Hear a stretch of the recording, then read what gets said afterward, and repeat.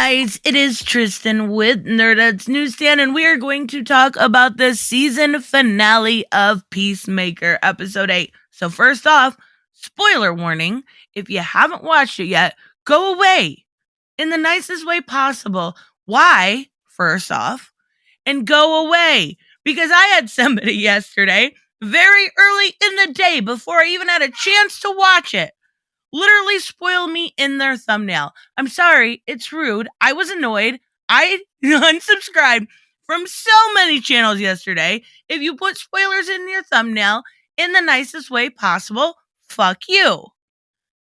Rant over. Okay, spoilers for real from here on out. I just want to make sure I actually give you a warning because I'm not a classless hack. Let's move on. My God, I don't think I've ever loved a show this much.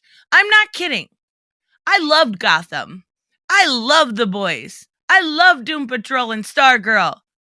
They're nothing. They don't hold a candle to this show. This show is what it was supposed to be the entire time.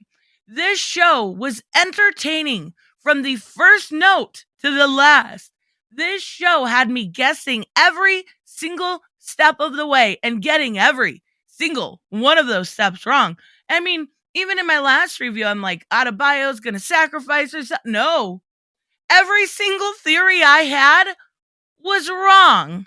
Every single one. Oh God, that's really bad. But regardless, this finale was something to behold. It was so good. And a lot of what we're seeing already in this finale was a few little hints for season 2, which was confirmed as of Wednesday, season 2. Not only that, but James Gunn is doing another spin-off show with somebody else from the Suicide Squad movie. So, it better be Ratcatcher 2, just putting that out there, but it's very likely, with my track record at hand, I will be wrong. Just saying. So, it is pretty funny looking back at hindsight, and I could do a whole video on this, on the breakdown of that intro. A lot of it was really hinted at early on with his, the shot being with his father and the way that things were kind of crafted in that intro scene. A lot of it was there, and we didn't see it in a weird, like, contemporary way, I guess. But I still love it. I will still watch that intro once a week just to feel complete. I'm not even kidding. So let's talk about this episode for real. And of course, there are a bunch of Easter eggs. They always do a really good job of putting those Easter eggs in. And we get this, this Green Arrow Easter egg about going to brony conventions, and it's just kind of funny. We also get the action scene. We got to start with this action scene. I know there's stuff before it, but we got to start with it because, my God, it was so well choreographed.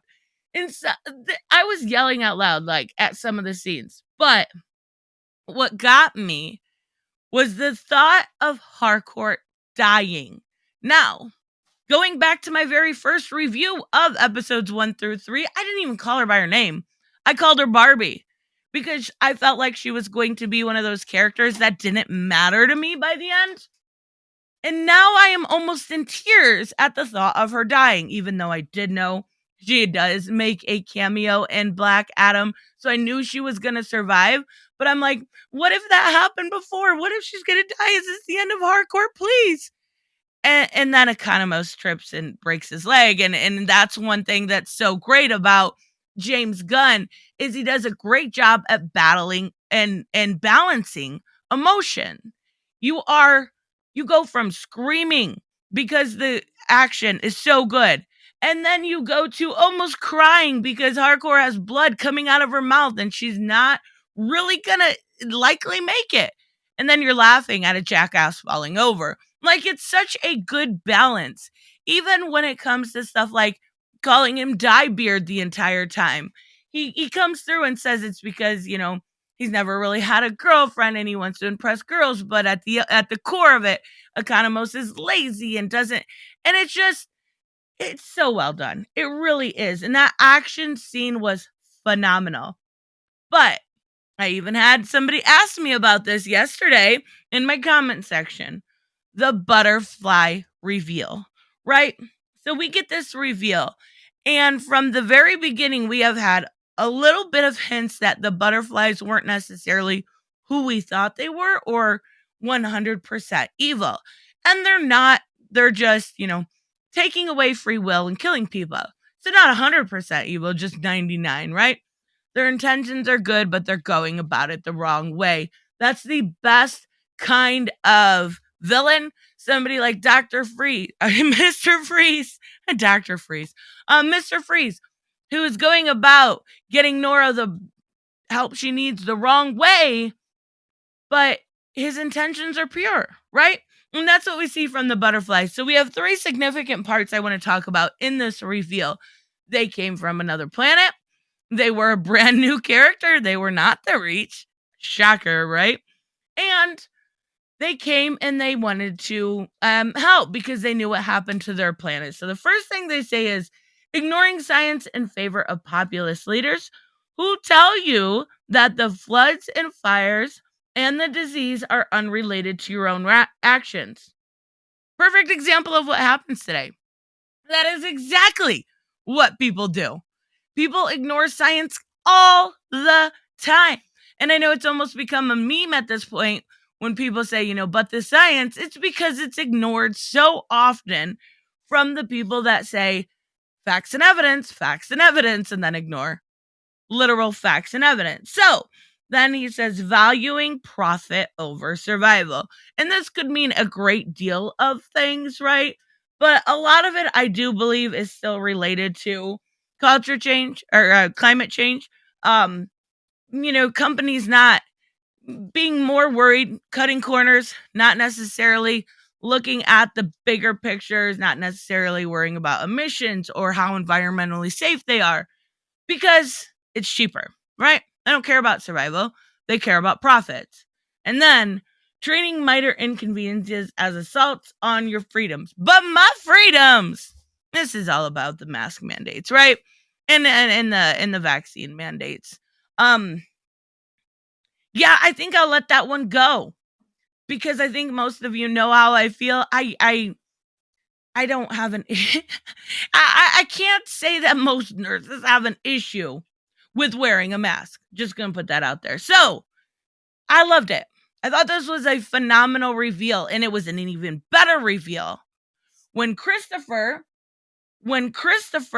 literally didn't take the bait, and we learn through him and Adebayo that he is the reason he didn't take it wasn't because of his vows, because he didn't want to disappoint his team. And I thought that was so good. So good.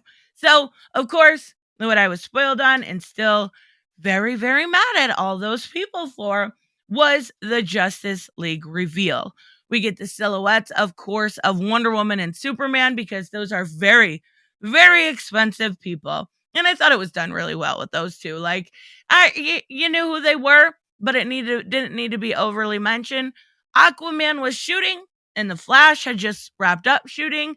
And actually, it's amazing because the part that Ezra Miller filmed, his little cameo, was actually done on Marvel Guardians of the Galaxy 3 set. And Marvel didn't care. They let him use the equipment. They let him shoot the cameo. James Gunn in and out. I love it. Like, teamwork here, guys. So I really did think that was very cool. But they got the little, Aquaman fucks fish kind of thing. And Barry's just like, well, you do. Like, I love it. It's silly and campy and what comics are supposed to be. And it's fun and it's so good. And I said, again, here's my bad track record. I said maybe Jaime Reyes, right? We got the fucking Justice League. Like, James Gunn must have some friends in high places, or DC very much so trust him, or they're actually trying to do good with their IPs because it's huge. And this show is being watched all over. Its numbers are phenomenal. So amazing job with that cameo. Nobody expected it. I don't think anybody called it. And if they do, I am going to ask them about the next week's lotto information because that would have been amazing. So, of course, we have our ending, right?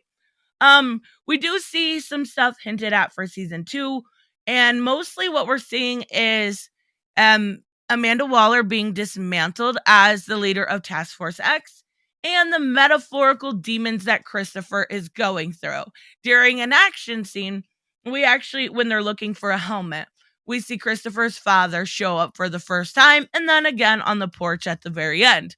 Now, he's obviously not really there. I think everyone knows that. I don't know why I even said that out loud, but this is a metaphorical way to show that Christopher isn't done growing. We saw a lot of growth, a great deal of redemption from this character, but it's not over. We're going to see those metaphorical demons basically explored further and further into the next season.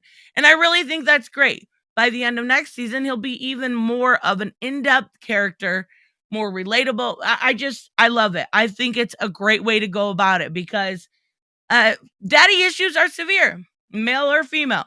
And he's going to have to really face it head on. So I loved it. Not only that, but we see Adebayo. Like I said, she uses Argus, and I actually love how they have Charleston on the camera on the news crew, like because Peacemaker and Shazam and some other books were first at Charleston Comics, right?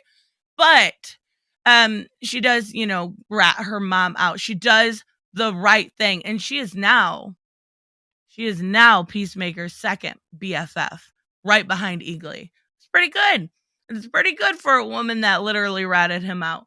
And she's doing the right thing. I think so. So I am curious. They're definitely going to have to address that further, right? We see Harcourt is on her way to recovery, and Economos is back at Belle Reve doing something. I am not sure what. If he's going to be helping with the inmates there or what's going on. We know right now it is more than likely maybe he is, until Harcourt is recovered, kind of the head of Task Force X or whatever happens to be after this.